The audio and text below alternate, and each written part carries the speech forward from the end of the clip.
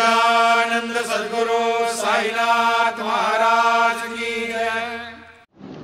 ஓம் சாய்ராம்.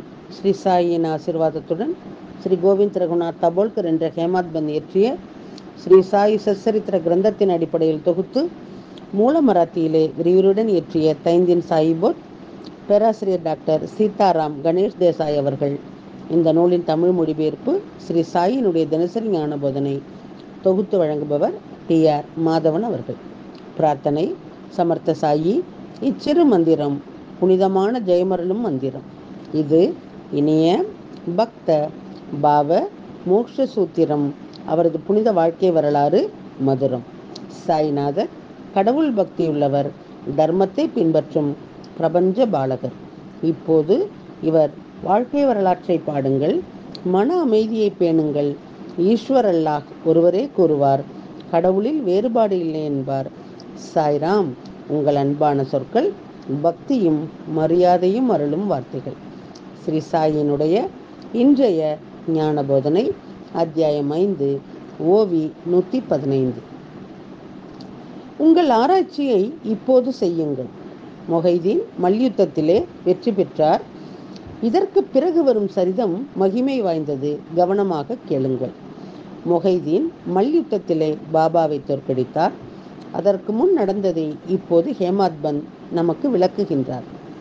மொஹைதீன் மல்யுத்தத்திலே வெற்றி பெற்ற பிறகு 5வது ஆண்டிலே அகமது நகரிலே வசிக்கும் ஜவஹர் அலி தனது சீடர்களுடன் ரகதாவிற்கு வந்தார்.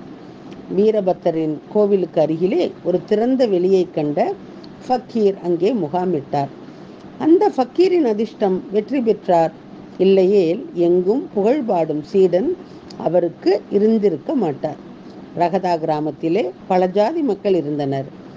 பாகு சதாபால் என்ற மராட்டிய இளைஞன் ஜவஹர் அலியினுடைய வேலைக்காரனாக இருந்தான். ஜவஹர் அலி ஒரு மிகச்சிறந்த அறிஞர். குரான், ஷெரீஃப் முதலியவற்றை ஓதிக்கொண்டிருப்பார். பல சுயநலவாதிகள், தொண்டு மற்றும் மதவாதிகள் அவரிடம் அடைக்கலம் புகுந்தனர். ஈத்காவை கட்டத் தொடங்கினார். சிறிது நேரம் கழித்து அவர் வீரபத்திரரை வணங்கியதாக குற்றம் சாட்டப்பட்டார். பின்னர் அந்த ஈத்கா மூடப்பட்டு ஜவஹர் அலி கிராமத்தை விட்டு மக்களால் தூக்கி எறியப்பட்டார். பின்னர் ரகதா கிராமத்தை விட்டு ஷீரடிக்கு வந்து பாபாவுடன் மசூதியிலே வாழத் தொடங்கினார். மிகவும் இனிமையாக பேசுவார். முழு ஷீரடி கிராமமும் அவரது கீர்த்தனையை பாடத் தொடங்கியது. மக்கள் சொன்னார்கள், அவர் சில வேலைகளை செய்தார், பாபாவை வசீகரித்தார். அவர் பாபாவிடம், நீ என் சீடன் என்றார். ஸ்ரீ சாய் பாபா ஒரு மிகப்பெரிய கோமாளி மற்றும் குறும்புக்காரர். ஸ்ரீ பாபா ஒப்புக்கொண்ட போது ஜவஹர் அலி மிகவும் மகிழ்ச்சி அடைந்தார் மற்றும் ஸ்ரீ ரகதா கிராமத்திற்கு அழைத்துச் சென்றார். ஸ்ரீ பாபா கூட அவருடைய குறும்புகளுக்கு ஆளாக நேரிடும்.